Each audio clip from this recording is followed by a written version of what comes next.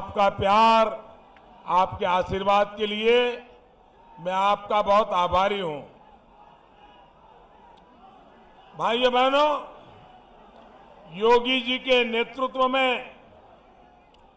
इस क्षेत्र के सपूत मेरे परम मित्र केशव प्रसाद मौर्य जी ने यहां दिन रात एक कर दिया। अब आप देखिए, एक तरफ तो योगी जी है, केशव प्रसाद है, संजय जी है, अनुप्रिया जी है, और दूसरी तरफ कैसा नेतृत्व है? दूसरी तरफ ऐसे लोग हैं जिन्होंने वैक्सीन को लेकर अफवाहें फैलाई, लोगों को गलत रास्ते पर ले जाने की कोशिश की। जो लोग अपने राजनीतिक स्वार्थ के लिए निर्दोष नागरिकों को गुमराह करे, क्या ऐसे नेता यूपी को चलेगा क्या? ऐसा नेता चलेगा क्या? भाइयों और बहनों, प्रयागराज की प्रतिष्ठा, यहाँ के बुद्धिजीवी लोगों, यहाँ की संस्कृति, साहित्य और कला प्रेम से भी है। आप सभी प्रबुद्ध लोग इस बात से तो परिचित है कि बदली विश्व व्यवस्था में भारत का मजबूत होना कितना जरूरी है। साथियों, ये देश का सौभाग्य रहा है कि हमारे यहां गंगा जी की सफाई का अभियान सांप्रदायिकता की नजर से नहीं देखा गया। इसमें एक दृष्टि पर्यावरण की भी रही। माना गया कि चलिए पर्यावरण से जुड़ा कोई अच्छा काम हो रहा है। सांप्रदायिकता का रंग नहीं रंगा उसे। वैसे ही अयोध्या में हो रहे राम मंदिर के निर्माण को लेकर, काशी में हो रहे कार्यों को लेकर, प्रयागराज में हो रहे कामों को लेकर एक दूसरा पक्ष भी मैं आज देश के सामने रखना चाहता हूं। और ये उन लोगों के लिए जानना जरूरी है जो अयोध्या, काशी, मथुरा, प्रयागराज, केदारनाथ, बद्रीनाथ, यहां हो रहे सब कामों को सांप्रदायिक नजर से देखते हैं। साथियों, अगर मैं कोरोना से पहले की बात करूं तो 2 साल पहले 2019 में मुस्लिमों के पवित्र स्थान मक्का में 2 करोड़ से ज्यादा लोग हज करने लिए, उम्रा करने के लिए गए थे। इसी तरह ईसाइयों के पवित्र स्थान वेटिकन सिटी में 2 साल पहले 2019 में करीब करीब 1 करोड़ लोग वहां के चर्च और म्यूजियम को और पोप के दर्शन करने के लिए गए थे। इन देशों ने वहां पर आने वाले भक्तों के लिए बेहतरीन सुविधाएं तैयार की है, आधुनिक व्यवस्थाएं बनाई है, लोगों को वहां पर रहने की दिक्कत ना हो, कनेक्टिविटी की परेशानी ना हो, हर तरफ साफ सफाई हो, इसका बहुत ध्यान रखा जाता है। लेकिन भारत में अगर हम उसी दिशा में कुछ काम करें, लोगों की सुविधा की चिंता करें, नागरिकों की भलाई के लिए काम करें, तो इनको वो सांप्रदायिक चश्मों से ही देखने की कोशिश करते हैं।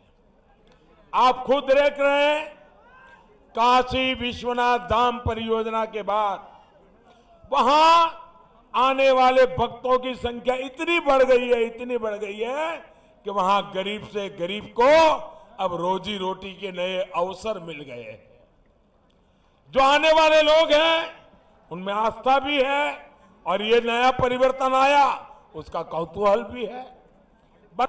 तो वहीं दूसरी तरफ भाजपा और उसके सहयोगी हैं जिन्होंने प्रयागराज के लिए लगातार 5 साल काम किया है। भाइयों और बहनों, भाजपा की डबल इंजन सरकार ने देश की भी और उत्तर प्रदेश की भी राजनीति को एकदम बदल दिया है। इन गौर परिवारवादियों ने इतने दशकों तक संप्रदायवाद की राजनीति की, जातिवाद की राजनीति की, क्षेत्रवाद की राजनीति की। इनकी राजनीति का दायरा संकुचित है, सीमित है, संकीर्ण है। भाजपा की राजनीति का दायरा विस्तृत है, विशाल है, सर्वसमावेशी है। भाइयों बहनों, मुझे अनुप्रिया जी के पिताजी से बहुत पुराना संबंध रहा मेरा। वे सरदार पटेल के अनन्य भक्त थे। सरदार साहब के प्रति उनके मन में बड़ी श्रद्धा थी और वो हमेशा अमूल डेयरी के काम को देखने समझने के लिए आया करते थे। तो जब भी आते थे मुझे भी उनके दर्शन का सौभाग्य मिलता था और हर बार सोनेलाल जी जब भी आए गरीब की बात, पिछड़ों की बात, सबके कल्याण की बात करते थे। भाइयों बहनों, मुझे जब भी हमारे संजय जी से बात करने का मौका मिला, अभी भी वो मुझे समाज के सब वर्गों की भलाई की बात कर रहे थे। भाइयों बहनों, भाजपा की राजनीति का दायरा विस्तृत है, विशाल है और जैसे अभी अनुप्रिया जी बता रही थी, सर्वसमावेशी है। इसलिए चुनाव परिणाम आने के बाद चुनाव आयोग को इन लोगों ने शुरू कर दिया है। मुझे किसी ने मैसेज दिया, बड़ा मजेदार मैसेज दिया। यूपी के नौजवानों को धोखा दिया, वैसे ही प्रयागराज को भी विकास के लिए तरसा कर रखा। जिन्हें प्रयागराज नाम से ही चीड़ हो, प्रयागराज बोलिए तो इनका कान खड़े हो जाते हैं। प्रयागराज बोलना चाहिए नहीं बोलना चाहिए भाई?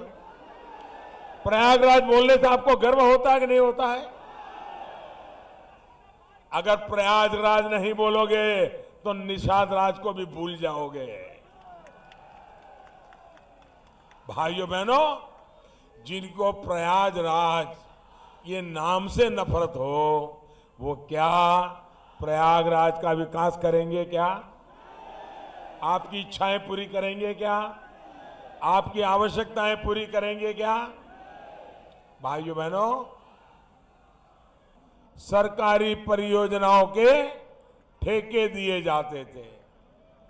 कहीं पानी की पाइपलाइन बिछानी है तो ठेका परिवारवादियों के किसी करीबी को मिलता था। कहीं सीवर लाइन बिछानी है तो ठेका उन्हीं के किसी भाई भतीजे को मिलता था, क्योंकि कोई पूछने वाला नहीं होता था। तो ये लोग काम भी घटिया क्वालिटी का करते थे, क्योंकि कोई कार्रवाई नहीं होती थी।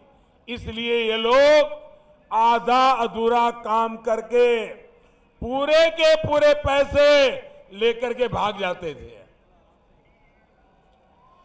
प्रयागराज ही नहीं, यूपी के मेरे नौजवान मित्रों ध्यान रखिए, यूपी के हर जिले का ऐसा ही हाल है, आधे अधूरे काम छोड़ करके भाग गए और पैसे पूरे लेकर के चले गए।